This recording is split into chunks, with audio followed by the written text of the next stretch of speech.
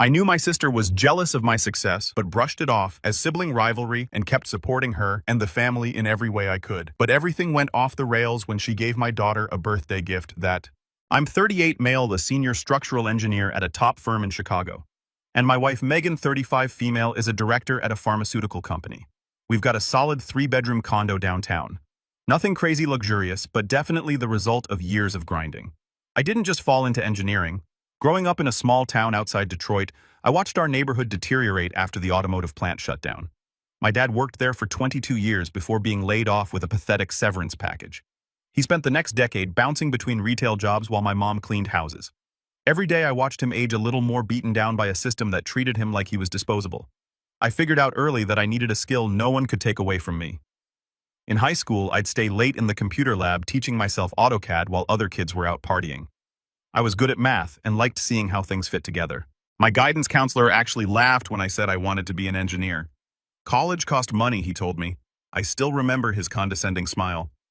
My younger sister Rachel, 36 female, has had this weird competitive thing with me since we were kids.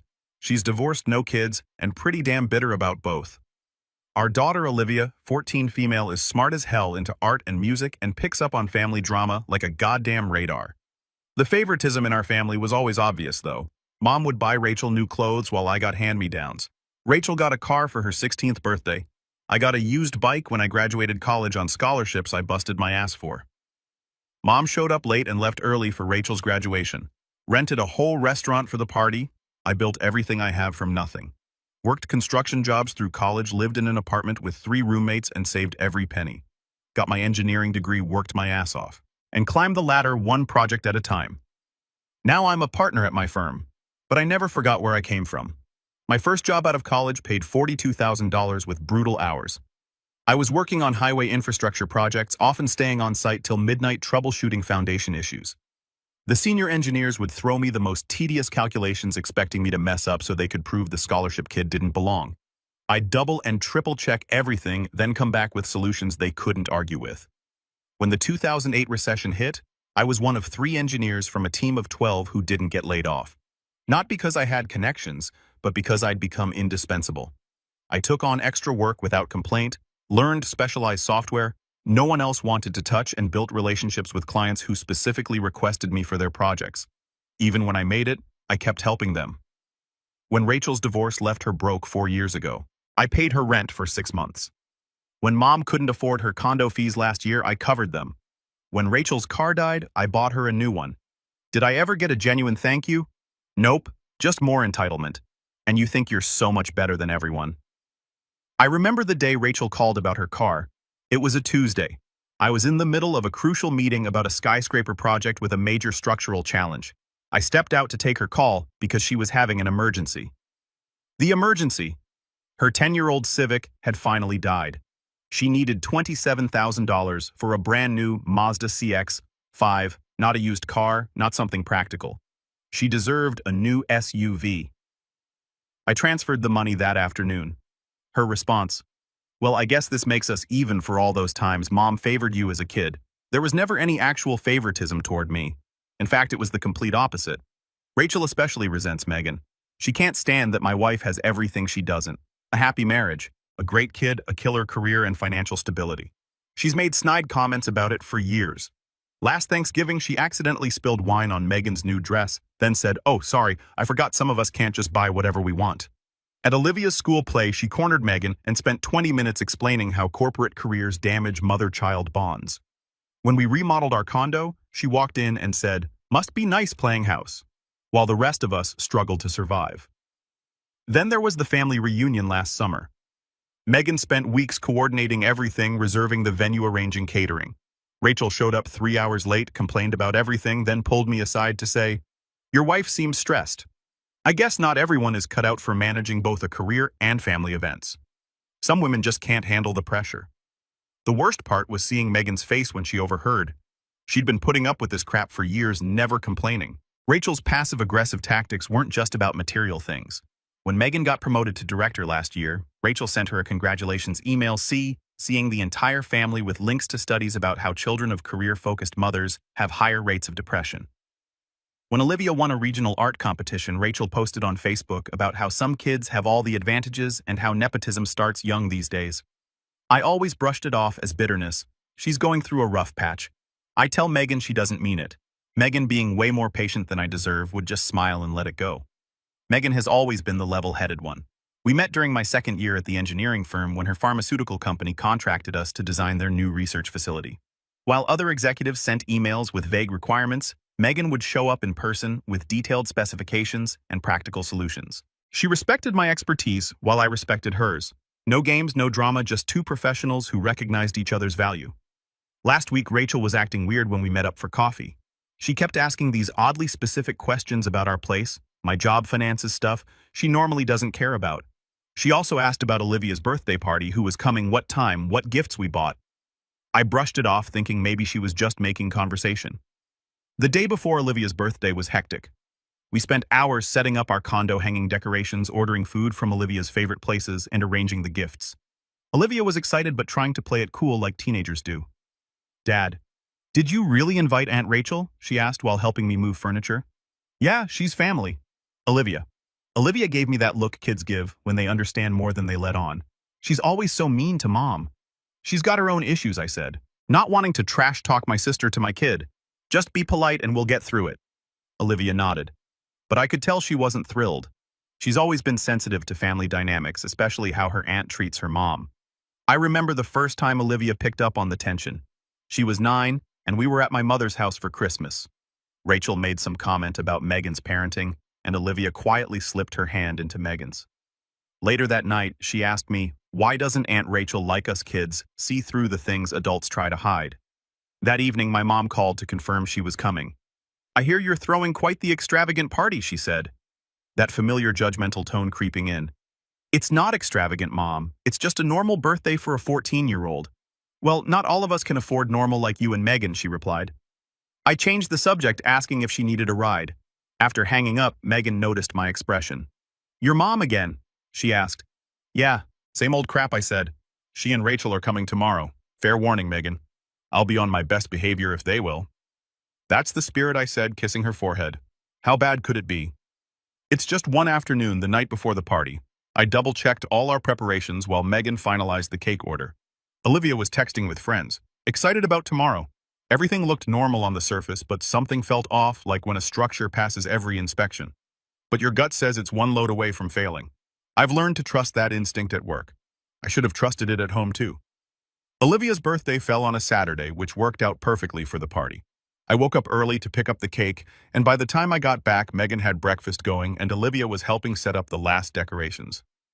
"You excited for your big day, kiddo?" I asked, sliding the cake into the fridge. "Yeah," she smiled. "Thanks for doing all this, Dad." A few of Olivia's friends were coming at noon, and family was scheduled for 2 o'clock in the afternoon. I was hoping we'd get the fun part of the day in before the family drama started. I spent the morning watching Olivia open our gifts, the new drawing tablet she'd been wanting for months, some art supplies, and tickets to a concert she was excited about. Seeing her genuine happiness made all the work worth it. This is what I'd been building toward all these years. Not just financial security, but being able to give my kid the kind of childhood I never had. The morning went smoothly. Olivia's friends arrived. A group of giggling teenage girls who immediately disappeared into Olivia's room with pizza and snacks. Around 1:30, they emerged to hang out in the living room just as we were setting up for the family portion. At exactly 2 o'clock in the afternoon, the doorbell rang. Mom walked in first, followed by Rachel. Mom was dressed like she was going to a fancy brunch, not a teenager's birthday party. Rachel looked like she'd put extra effort into her appearance too. Designer outfit, perfect makeup, hair done. She was clearly trying to open up to Megan, who was in comfortable jeans and a nice top. "Happy birthday to my favorite granddaughter," Mom announced, as if she had other grandchildren to compare Olivia to. She handed Olivia an envelope that probably contained a check for exactly $50, same as every year. Rachel's greeting was stiff. "Happy birthday, Olivia." She glanced around our condo with that familiar look of assessment and judgment. One of Olivia's friends whispered something and the girls giggled. Rachel shot them an irritated look. "Your place looks cozy," Rachel said to Megan in that tone that suggested our 18,800-foot Chicago condo was somehow inadequate. "Still haven't redecorated the kitchen." "Haven't needed to," Megan replied smoothly. It works perfectly for us. I noticed Rachel studying our living room, eyes lingering on the new furniture we bought last month. I could practically see her calculating the cost in her head. This was her usual MO, mentally inventorying our possessions, looking for evidence of our excessive lifestyle that she could complain about later. We moved to the living room where Olivia's friends were gathered around her. After some awkward small talk, it was time for cake and presents. We cut the cake and then Olivia started opening gifts from her friends. Then Rachel stepped forward with a small, beautifully wrapped box. "This is from me and Grandma," she said with a strange eagerness in her voice. "We picked it out, especially for you." As Olivia reached for it, some instinct made me ask, "Where'd you get that?" "Rachel?" She looked surprised at my question. "From a boutique downtown." Why I shrugged, not wanting to create tension in front of Olivia's friends. Olivia carefully untied the ribbon and opened the silver wrapping paper, revealing a small jewelry box. "Oh, it's so pretty," she said, examining the box before opening it. Inside was a silver bracelet with small charms. It looked harmless enough. "It's beautiful," Olivia exclaimed, holding it up. "Thanks, Aunt Rachel and Grandma." She slipped it onto her wrist. And that's when everything went to hell. 1 second. Olivia was smiling, admiring the bracelet. The next, her expression completely changed. Her eyes went wide, pupils dilating rapidly, her hands started shaking. "Olivia," Megan called, voice rising with concern. Olivia didn't respond. The color drained from her face, her lips turning a scary shade of blue. Then her entire body went rigid, and a series of small rapid pulses of light emitted from one of the bracelet's charms, almost imperceptible unless you were looking directly at it. Suddenly, Olivia's body began to convulse violently. Megan screamed, rushing to her. Olivia collapsed to the floor, her body seizing uncontrollably. Megan tried to hold her, protect her head, while I fumbled for my phone to call 911. "My daughter is having a seizure," I told the dispatcher, trying to stay calm. "We need an ambulance now." While talking to the dispatcher, I was mentally cataloging Olivia's symptoms with the systematic approach I use for structural emergencies. Seizure duration approximately 45 seconds and counting. Breathing labored but present, color returning slightly but still pale. I knew from first aid training that timing the seizure was critical information for the medical team. Olivia's friends were screaming, backing away in terror. One of them tried to help Megan stabilize Olivia's head. But what I'll never forget, what still makes my blood boil, is what happened next. "Is the show too much for everyone?" I heard my mother say with a freaking laugh in her voice. I looked up in disbelief and saw Mom covering her mouth with her hand, but her eyes were cold, almost gleaming. Next to her, Rachel said, "Not such a perfect life now, is it?" I couldn't process what I was hearing. My daughter was convulsing on the floor, possibly dying, and they were what? Enjoying it. Megan was too focused on Olivia to hear them. Thank God. Olivia's seizure continued, her breathing shallow and irregular. I grabbed the bracelet from her wrist and examined it closely. There was something odd about the back of one of the charms, a small electronic component embedded in it that definitely wasn't normal jewelry hardware. My engineering background kicked in immediately. This wasn't just a charm, it was a device. The small circular component had the precision manufacturing quality I'd recognize anywhere, and the microLED was barely visible but unmistakable to someone who works with technical specifications daily. The paramedics arrived within minutes. They quickly assessed Olivia and loaded her onto a stretcher. "We need to get her to the hospital immediately." One of them told us her condition isn't stable. As we were leaving with Megan riding in the ambulance and me following in my car, I looked back at Rachel and Mom. They were standing by the window watching us. Their expressions weren't of concern or worry. They looked satisfied. That's when I knew this wasn't an accident. This was planned. Chicago Memorial was packed with Saturday afternoon emergencies. The doctors immediately took Olivia to a treatment room while Megan and I sat in the hallway holding hands and trying not to completely lose it. "She'll be okay," I kept saying, not believing it myself. Megan looked at me, eyes red. "That bracelet, there was something wrong with it, wasn't there?" "I think so," I said. There was some kind of electronic component embedded in one of the charms. I gave it to the doctors. One of Olivia's friends had come with us and her parents arrived to pick her up. The other girls had been sent home from our condo. The birthday was officially over. While we waited, I started researching seizures on my phone, looking for anything that could explain what happened. Photosensitive epilepsy came up repeatedly. Seizures triggered by specific light patterns. The pulsing from that charm suddenly made horrifying sense. Looking at medical websites, I learned that certain frequencies of flashing lights between 5 to 30 flashes per second can trigger seizures in susceptible individuals. That bracelet had been designed to hit exactly that frequency range. About an hour later, Rachel and Mom showed up. They seemed oddly calm for people whose niece and granddaughter had just been rushed to the hospital. "How is she?" Rachel asked, her concern obviously forced. "The doctors are examining her," I replied coldly. When Rachel tried to sit next to Megan, I stepped between them. "Keep your distance." "Excuse me?" Rachel acted surprised. "We're family. We're worried about her." "David?" "What's wrong with you?" Mom chimed in. "We're here because we care about Olivia." Megan stood up, rage in her eyes. "Really? Is that why you were laughing when my daughter collapsed on our floor?" "I wasn't laughing," Rachel protested. "I was in shock." The treatment room door opened and a doctor emerged, his expression serious as he approached us. "Your daughter is stable now. She had an epileptic seizure, but we've controlled it with medication. We're doing a CT scan and blood tests." "Epilepsy?" I asked. "She's never had any signs of that before." The doctor nodded. "That's why we're investigating what triggered it. We're also examining the bracelet you gave us." I noticed Rachel take a step back. Mom's eyes widened, examining it.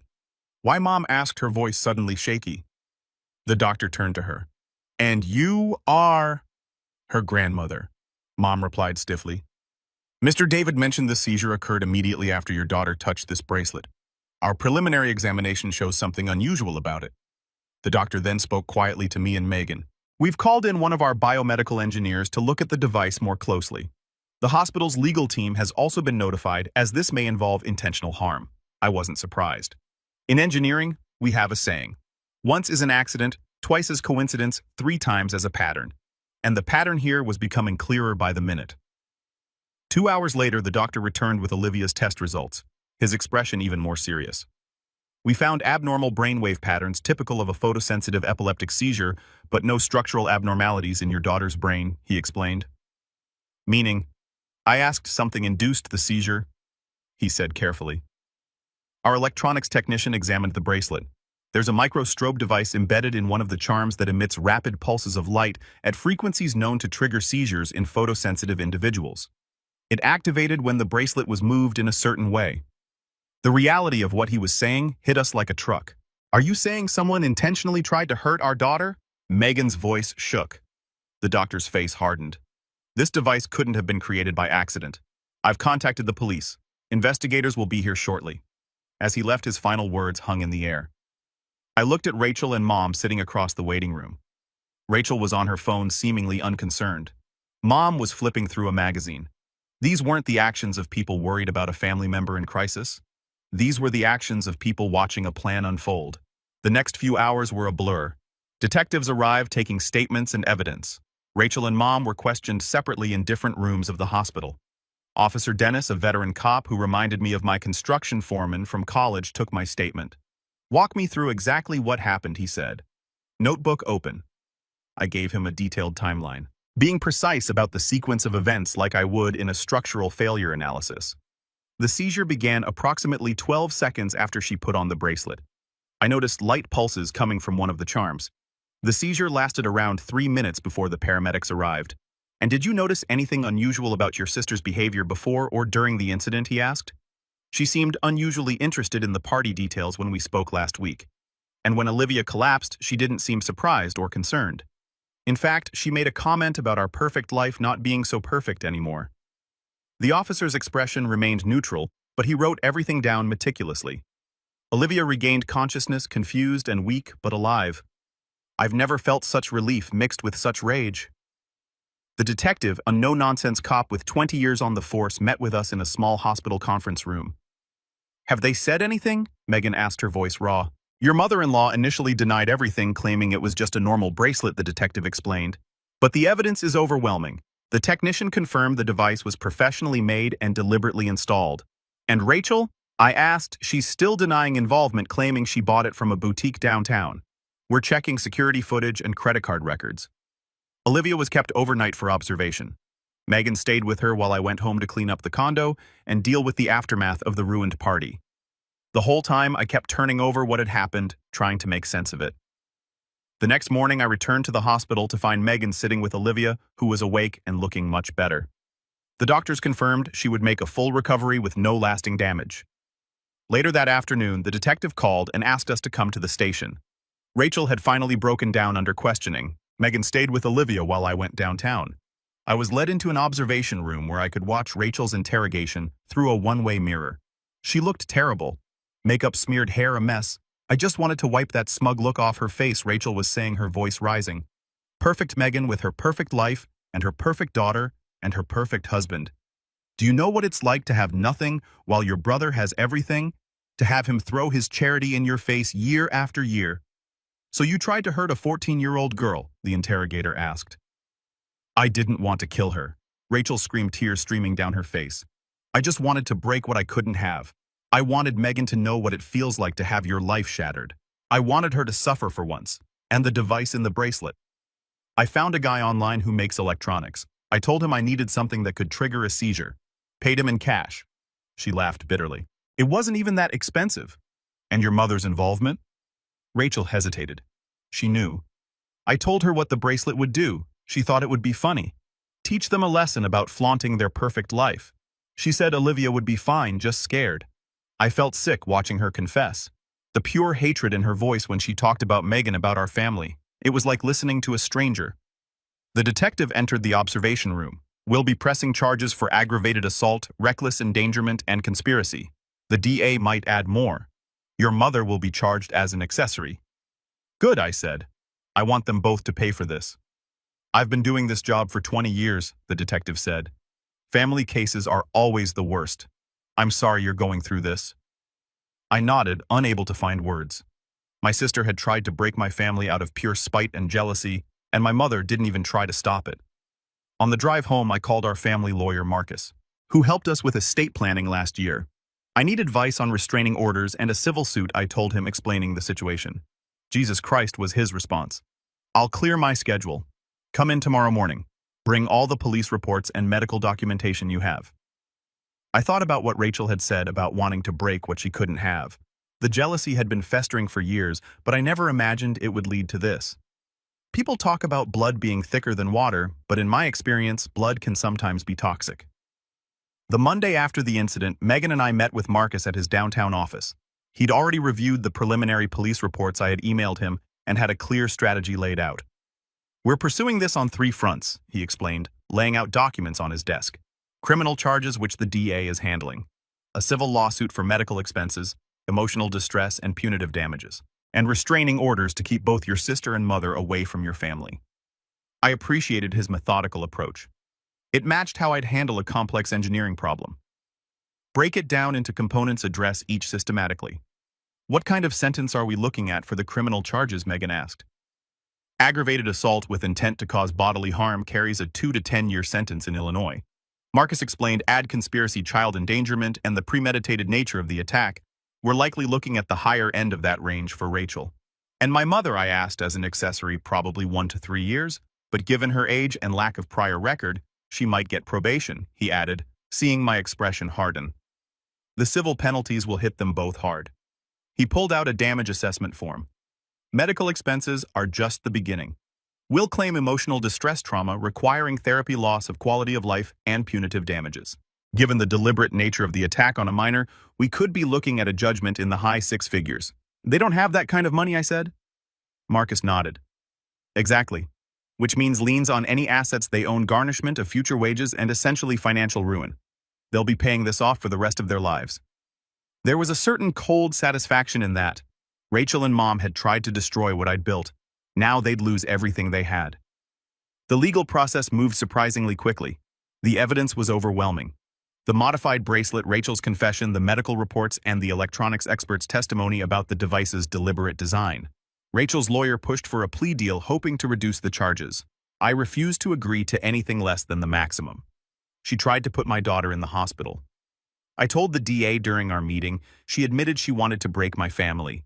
I want her to face every possible consequence. The DA, a sharp woman in her 50s who'd seen it all, nodded. I have 3 kids of my own.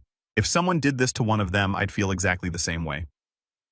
Rachel's preliminary hearing was scheduled for 2 weeks after the incident. Megan and I sat in the courtroom watching as she was led in wearing an orange jumpsuit. She looked nothing like the polished, smug person who had walked into our condo that Saturday. Her eyes were hollow, her hair limp. She didn't look at us once. Her lawyer attempted to argue for bail, claiming she wasn't a flight risk and had strong community ties. The prosecution countered with the severity of the charges and the calculated nature of the attack. Your Honor, the prosecutor said the defendant purchased a device specifically designed to cause a seizure in a child. This wasn't a moment of passion or a mistake. This was a deliberate, planned attack on a 14-year-old girl. The judge denied bail. Rachel was led back out in handcuffs, and I felt nothing watching her go. My mother's hearing was the following day. Her lawyer tried to portray her as an unwitting participant who had no idea what the bracelet would do. The prosecution demolished this argument by playing the recording of Rachel's confession, where she clearly stated that our mother knew exactly what the bracelet was designed to do and thought it would be funny. My mother's eyes filled with tears as she was also denied bail. I watched her being led away and thought about all the times she'd chosen Rachel over me, all the years of favoritism and dismissal. Now she'd chosen Rachel one last time, and it had cost her everything. It's been 8 months since Olivia's birthday. She made a full physical recovery within days, but the psychological impact took longer to process. The doctors confirmed the seizure caused no permanent damage, and Olivia has been seeing a therapist to work through the trauma. I was proud of her strength, but furious that she had to develop that kind of resilience at 14. Kids shouldn't have to learn that family members can betray them so profoundly. The criminal trial was mercifully quick. Rachel's lawyer had nothing. The confession, the bracelet, the expert testimony, she was cooked. Rachel was charged with multiple felonies. Her court-appointed lawyer tried to push for a plea deal, but I refused to accept anything less than the maximum. The DA had a solid case, the modified bracelet, the confession, the medical evidence. In the end, Rachel got 6 years for aggravated assault and reckless endangerment. Mom was charged as an accessory and got 3 years probation plus a mandatory psychiatric evaluation due to her age. The judge's words to her still ring in my ears. As a mother and grandmother, your actions are particularly disturbing. You betrayed the most fundamental trust. The civil case hit hard.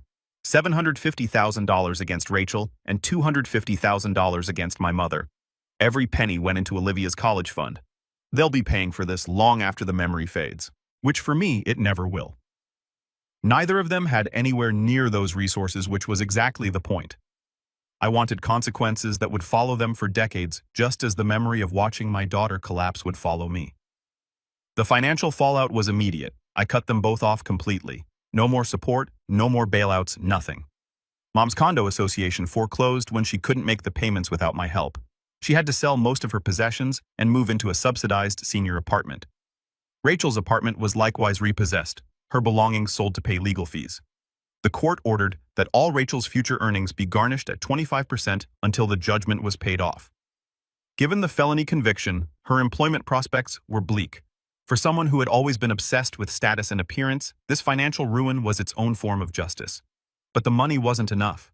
We weren't taking any chances. We also secured permanent restraining orders against both of them. They can't come within 500 feet of our home, Olivia's school, or our workplaces. They're barred from contacting us by phone, email, social media, or through third parties. Any violation means immediate jail time for Rachel after her release, or immediate incarceration for my mother. I had our locks changed, upgraded our security system, and made sure Olivia's school knew exactly who was and wasn't allowed to pick her up. I've never been paranoid, but when someone in your family tries to hurt your kid, you take every precaution.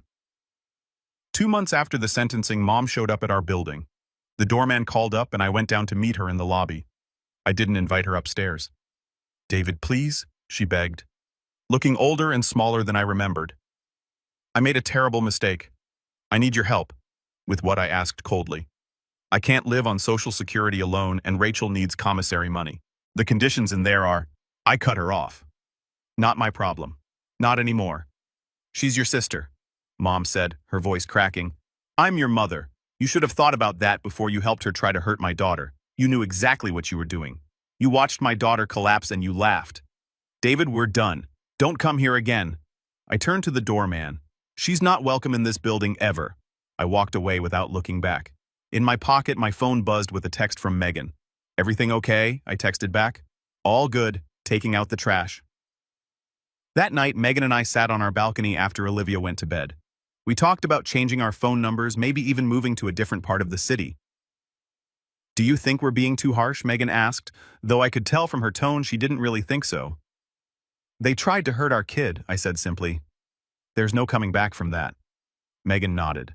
I just keep thinking about what Rachel said in her confession about wanting to burn what she couldn't have. Some people can't stand seeing others happy, I said, especially if they think they deserve that happiness more.